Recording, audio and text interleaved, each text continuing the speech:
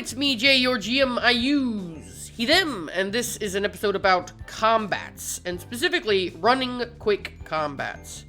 I think it is a constant concern for everyone who plays the game to think about how to improve the pace and the flow of combat. And I think that there are a couple things that we as the GM can do to help to establish that pace.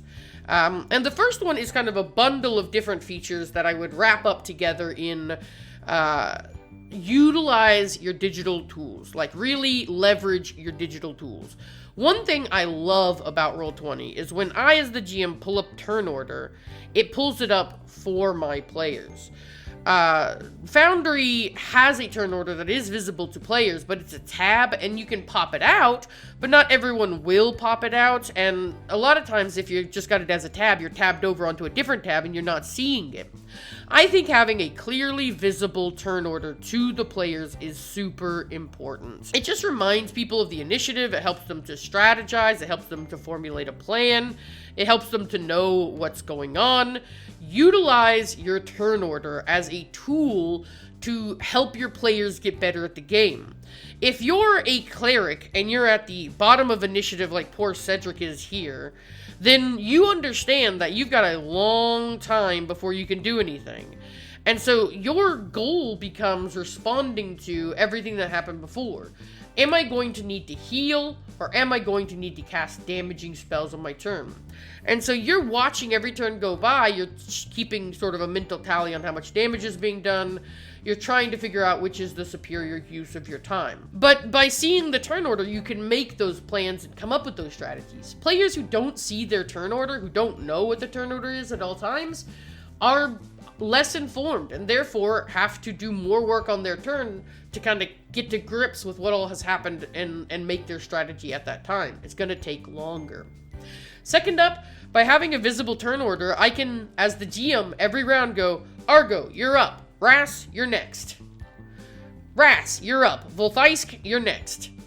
And by having that constant reminder of who's on deck, they can make preparations and plans. And we've seen this in Critical Role if you watch that show. We've seen how effective this is, because once you know you're next, you're going to start looking at your abilities, start looking at your character sheet, formulating plans, getting to grips with what you're going to do on your turn. But I think reminding people that they're next is very important. Next up, don't be afraid to use digital dice. Even if you're playing in person, sometimes you're rolling 6d6 or 8d6 or something like that, and it's hard to track, it's hard to count, it's hard to do. But if you go into a tool like this and you roll 8d6, not only is it going to roll them all at once, it'll add them up for you. And now you don't have to do any work. For big pools of dice, especially in crowded games or complicated fights or things like that, it's really worthwhile to just roll that stuff digitally.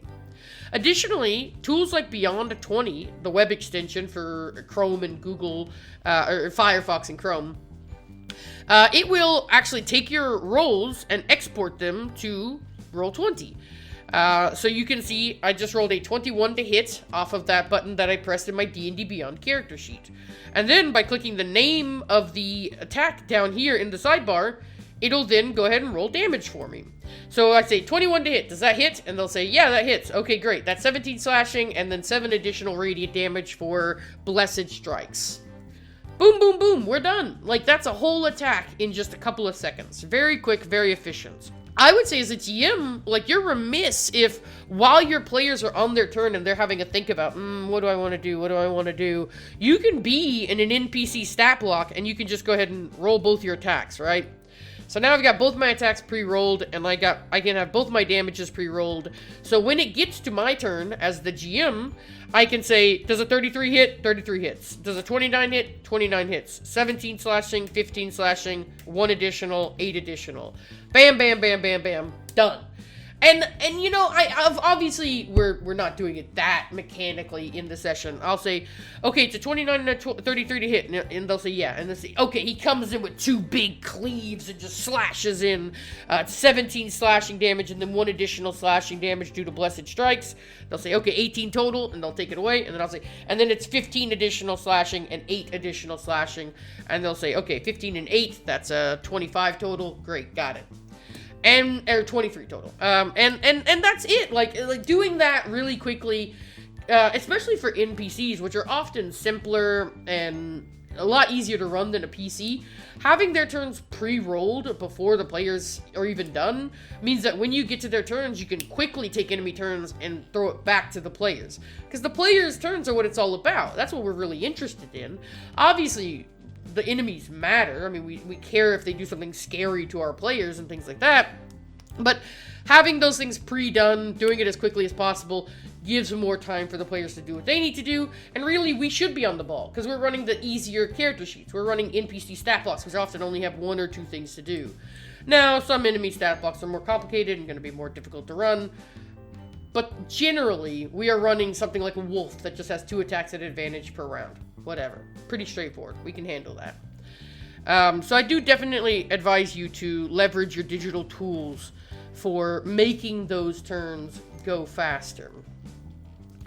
I think the other thing that I would say is don't be afraid during a turn to say, okay, you've moved, you've taken your attack action, is that your turn? I do this with my players all the time, and, you know, they'll usually say, like, oh, actually, I can still do something, I can do a bonus action. Okay, great, go ahead and do that, and then I'll say, okay, you've done your bonus action, is that your turn? And then they'll be like, yeah, okay, that's my turn. And then we can move on to the next turn.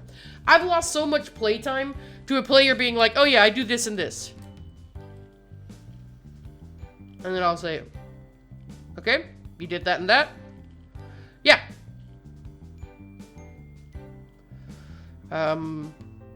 Okay, is it, are you gonna do anything else? And then they'll be like, no, I'm done. And it's like, tell me you're done. Now, here's a couple of pieces of, like, anti-advice. Like, don't do this. It's okay to say, is that your turn? Or are you done now? Or is your turn over? Have you done everything? You know, those kinds of questions are perfectly fine. It's not okay to say, hurry up. Hey, hurry up. Hey, be quicker. Hey, let's go fast. Like, you're talking to them like a dog. They're a person. That's your friend. That's your friend over there. Don't do that. And in the same way, I really hate turn timers. Like, setting a little, like, turn timer on the table and, like, ticking down their turn or whatever. I don't like that kind of pressure. Occasionally, turns are going to come up where we're going to take a little longer. We're going to, you know, have to think about our strategy. An enemy did something unexpected that has completely fucked with our strategy. And, you know, it's going to take a little extra time in turns like that. As long as your players are not consistently taking super long amounts of time on their turn, I really don't think a strategy like that. And if they are consistently taking really long on their turn, I think that the answer to that is to talk to them like a person. To sit down with them and say, hey, are you having trouble learning this character? Like, do you need some help running this character? Like, would it help you to make, like, a cheat sheet for what you can do on your turn? How can we make these turns a little faster? We've been really having some problems lately with, like, your turns coming really slowly. I've honestly never had a player who, over the long term like that, was always, like, consistently slow. People have to learn their characters. People have to learn new abilities when they level up. But, generally speaking, they get the hang of things eventually. And as long as you and the GM are being a bit of a pace car, you know, constantly keeping things moving, keeping things punchy, generally speaking, I find players are receptive to that. And when you are on your game and really pushing things forward and really just going through your turns quickly, other people are going to kind of match your pace a little bit and be like, okay, I'm going to do this and this and this and this. I'm going to plan my turn ahead of time. I'm going to get it down. The other thing I wouldn't do, maybe this is actually a positive tip and not a negative tip, but another thing that I think is important is to make sure that players know that they are the final arbiter of their character sheet.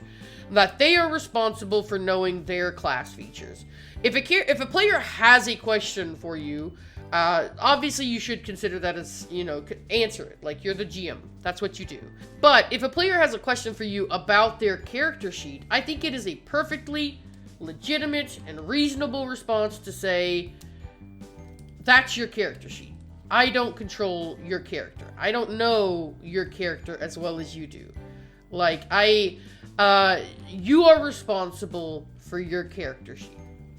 I'm responsible for NPCs, I'm responsible for the game world, I'm responsible for everything else outside of the outside of your character sheet, but you are responsible for your character sheet. It is your responsibility to know what your character can and cannot do. It is your responsibility if you don't know how an ability works to go look it up. It's not my responsibility to do that. Now, I will help a new player who doesn't understand the game that well, who's still learning things, I will help them, obviously. And if a player, earnestly just says something like, I'm a little baffled on how this works, I will gladly read over the rules and see if I can help them out. But if somebody's like, how many sneak attack dice do I get at this level? I'll be like, I don't know. Look it up. And they will go look it up. And that will not only help them to learn their character sheet better, help them to learn how their character works better, and thus make future combats faster, but it will also help them to understand how to look stuff up quicker, where on their character sheet this information can be found, and the next time they won't even need to ask. Before they even go to ask you, they'll just know where to look and go find it themselves and then pull it up.